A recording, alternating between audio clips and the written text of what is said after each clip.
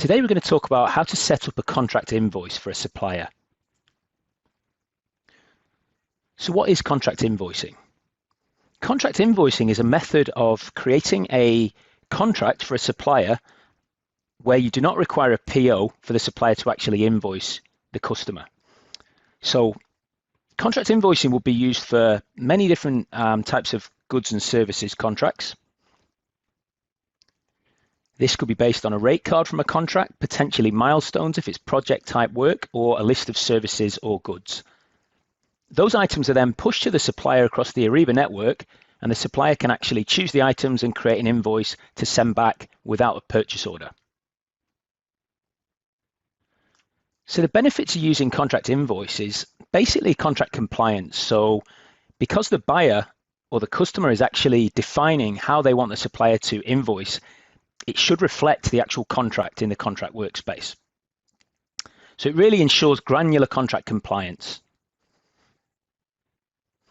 As the supplier actually uses the Ariba network to submit the invoice, this actually means that it's a fully electronic invoice and has the efficiencies in terms of reducing purchase order errors and a seamless process where the invoice will come straight back in and will just require approval from the organization before it can be processed and paid. So contract invoicing can be used for different categories, but some common categories where this will work well is consulting, professional services, waste disposal, rent, and potentially any categories where you're not sure exactly how much the supplier will invoice on, say, a monthly basis. So hence you can't create a purchase order for those defined services. So that's the background. Now we're going to jump into Ariba. I'm going to see how easy it is to actually set up contract invoicing. So the example I'm going to step through today is waste disposal contract. So services to actually come and take bins away, skips away from an organization. We'll keep this nice and simple today. So as you can see, I'm in the contract workspace page now, and we're just looking at the overview. So I've basically gone through all the tasks and gone through the drafting process and finalized the contract. It's at this point when you can actually define what's called the contract terms, which is where you provide the detail from the contract, the items that the suppliers can then invoice against. So I'm just going to go into the Documents tab now. You should be familiar with this in terms of where you would store the physical contract, maybe the PDF and any reference documentation that was required in the drafting process of the contract. So we've actually got another document here called Contract Terms document. So this is where you actually define the invoice items. So I'm just going to open this.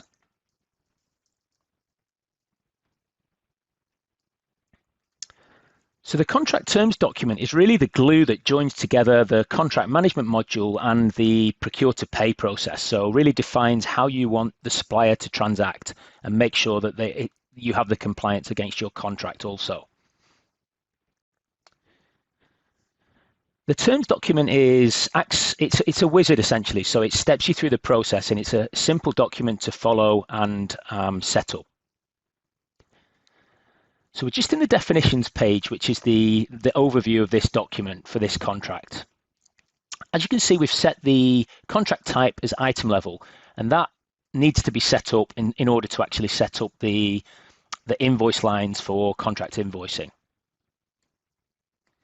If we just move down the definitions document, we're just going to focus on release required here. So if I had selected yes, then that would mean that the supplier needs a purchase order in order to invoice. And in this case, that's not what we want to do. We want to set up invoicing against a contract. So I've selected no, which then opens up these other options to say, can the supplier invoice against the contract? Yes, because that's what we're trying to set up. The default invoice requested from the contract, that just means who will the invoice be routed to for approval. Allow suppliers to add non-catalog items. So in this case, we're going to select no, because we want to be really compliant and make sure that the items in the contract are the only items that the supplier can actually invoice against. So I'm just going to move on to the pricing terms, which is where we're going to set up the items. So as you can see, I've already set up 3 items here. So as I say, we're going to keep this simple. We've just got 3 items, one for small bin removal, one for medium bin removal, and one for large bin removal. And we've defined the price for each of those services. So what I'm going to do now is just copy one of the lines and then edit line 4. So we're just going to keep it simple and have an Excel bin removal service also for $250.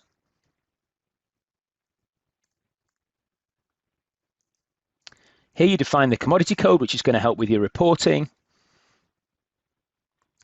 And also it's possible to set up some other more complex pricing. So you can set up limits to make sure that a minimum or maximum limit can't be exceeded. And also you can apply discounts if you have some tiered pricing, and you can define your accounting for this specific line.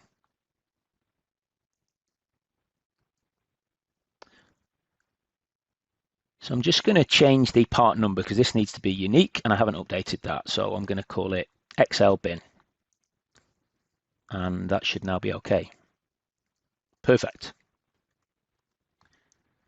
Okay, now we're just going to go to the summary. And we're going to save these contract terms.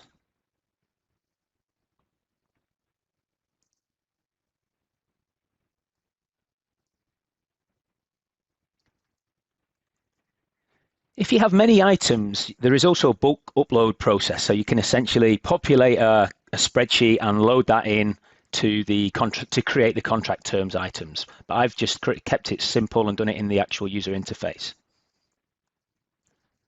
So I'm now going to publish my contract terms document.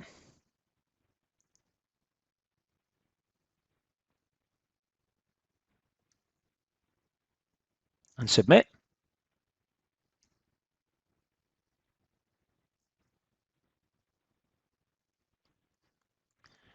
And I've also approved the document. So once the terms document and the contract workspace is published, the supplier will then be able to access the items we've created to structure and create their invoice and send it back to the buyer. So now we're going to take a look from the supplier side. So I've logged into my Ariba Network account as the supplier. I'm simply going to go and create a contract invoice rather than a traditional PO invoice.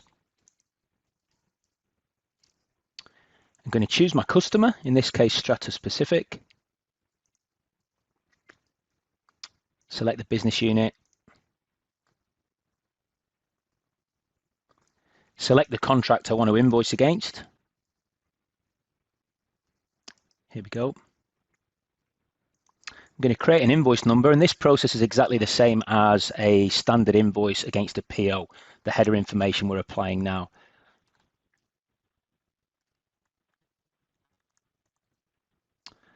I'm going to give the invoice a date, today's date.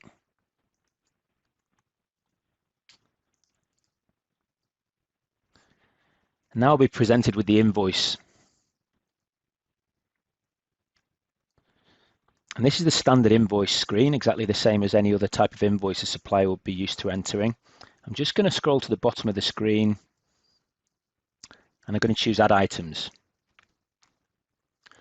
So this now presents me with the items we've set up for this invoice.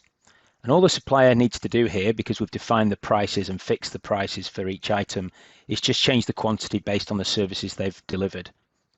I'm just going to say 3 of the medium skip, 2 of the extra large skip. Add the items to my basket.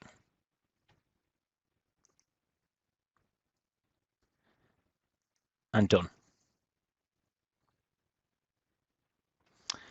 So now the invoice has applied the items for the contract invoice. I'm just going to go next. Now it's created my invoice with my 2 line items from the contract invoice. As we can see. Now I'm just going to submit that invoice.